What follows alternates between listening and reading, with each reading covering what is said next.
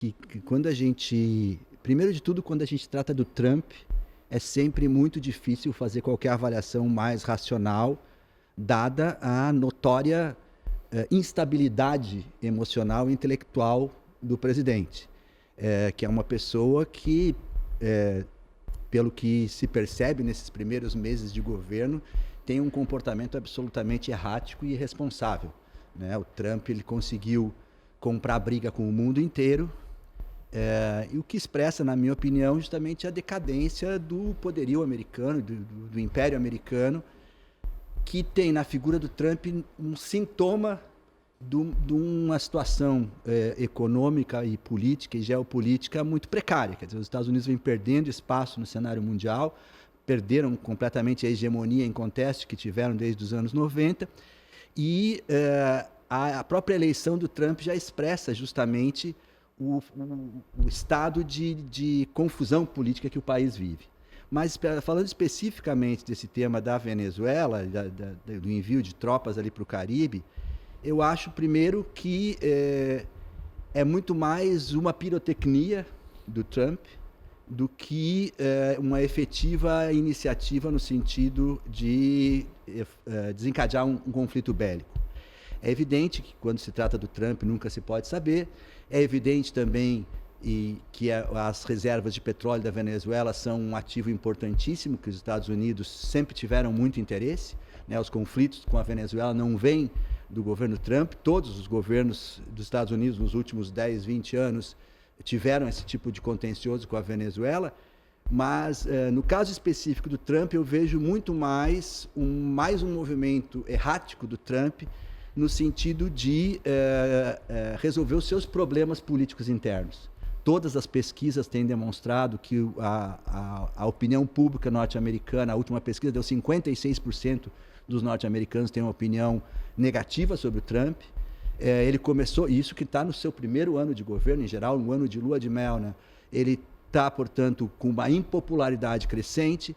Ele começou o seu mandato com uma ofensiva violenta sobre os imigrantes, o que gerou uma série de problemas. Essa pauta começou a ficar impopular, porque na Califórnia hoje tem safras inteiras que estão se perdendo, porque os imigrantes que faziam esse trabalho não podem mais fazer.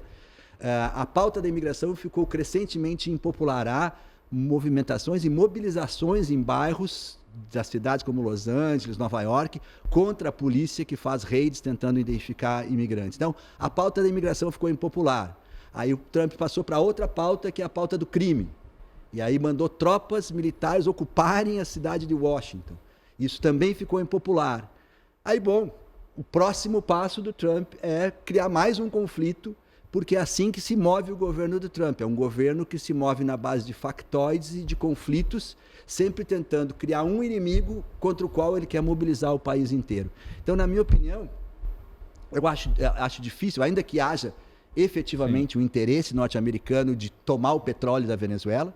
Eu tenho certeza de que esse pretexto dos cartéis, das drogas, é um pretexto totalmente artificial, até porque dificilmente tu fazer usar o exército para combater o tráfico e o crime é uma coisa que os Estados Unidos vem tentando há anos, né?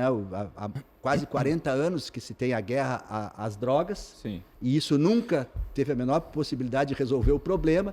Então, assim, os pretextos são equivocados, e a possibilidade do Trump se envolver num conflito, eu acho que só aumentaria o desgaste do Trump. Então, é mais um movimento errático do Trump no sentido de tentar criar um fato para se manter sobrevivendo politicamente. Muito bem. Estou de olho aqui nas agências de notícia. Na CNN, a reportagem mais recente fala o seguinte, que... Aqui, ó, onde é que está? Ainda não está claro qual será exatamente a missão dessas embarcações, mas a administração Trump disse que agora pode usar os militares para perseguir cartéis de drogas e grupos criminosos e ordenou ao Pentágono que prepare opções. Na quinta-feira, a Casa Branca afirmou que Trump está pronto para usar todos os elementos do poder americano para impedir que drogas inundem nosso país, fecha aspas. Muitas nações do Caribe, da região, isso aqui ainda é a palavra da secretária de imprensa da Casa Branca, muitas nações do Caribe e da região aplaudiram as operações antidrogas e os esforços da administração. Aí segue aqui recapitulando os últimos movimentos. E as Forças Armadas dos Estados Unidos também têm realizado voos com aviões espiões P-8 na região para coleta de inteligência, segundo autoridades, embora eles operem em águas internacionais.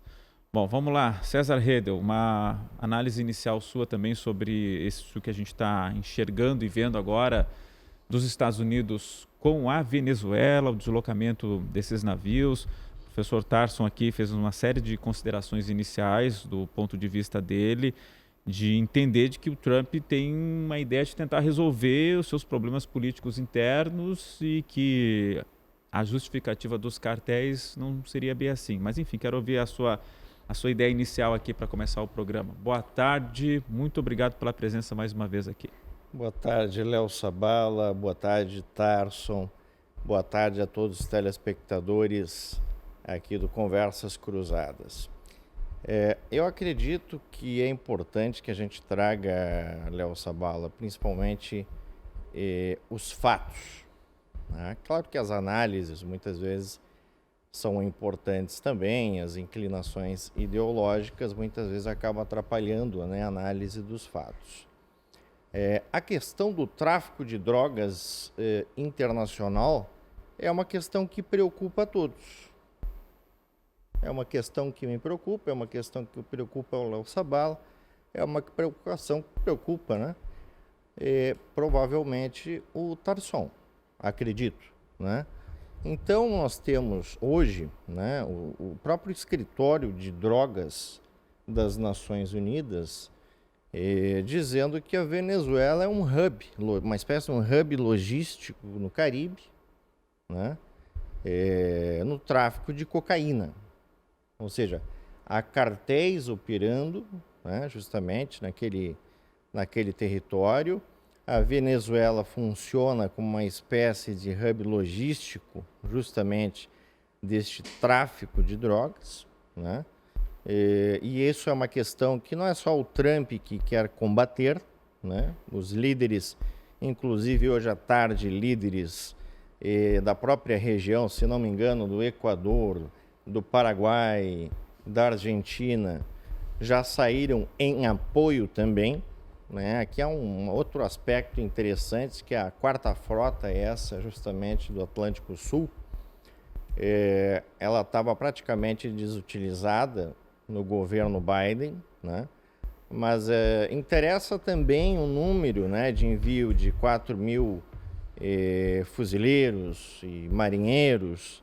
Nós estamos falando de destroyers, né, que tem a capacidade de mísseis mais curta, né, de embarcações anfíbias, onde você pode ter ali justamente uma posição de entrada terrestre, também submarino nuclear, justamente para demonstrar esse poderio de forças, né? Eu vejo que no momento, internamente, no governo americano, me parece que há, digamos assim, um dissenso, né, entre dois grupos. É um grupo mais moderado, né, e um grupo mais radical. Mas o senhor acha que a justificativa dos cartéis ela é verdadeira?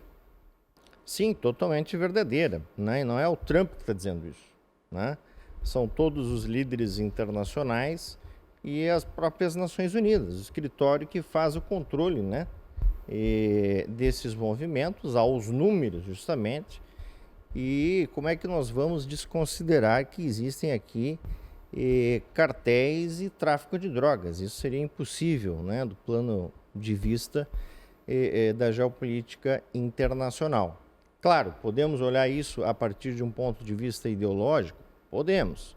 Nós podemos também avaliar do ponto de vista mais técnico, específico, né, que é o que eu estou justamente tentando trazer. Ou seja, essa movimentação para o Caribe, no entanto, ela vincula-se com duas questões, uma militar e a outra voltada ao petróleo, né, que era a questão da renovação da licença da Chevron para atuação dentro do território venezuelano, né, que tem uma das maiores reservas de petróleo, e juntamente com essas embarcações militares estavam ali embarcações carregando já óleo, né, para refinarias enfim, americanas. Então há todo um movimento que vai nesse sentido, né, de se fazer uma espécie de um cerco, e vamos considerar o seguinte aqui, né? Maduro não é presidente da Venezuela, ele é um líder ilegítimo, ele não foi eleito democraticamente, né? O presidente da Venezuela é o Edmundo González, isso é importante deixar claro para todos os telespectadores, né? Que nós tivemos na Venezuela, Léo Sabala, uma eleição completamente fraudada, né? Comprovada por atas, por instituições internacionais, por organismos internacionais.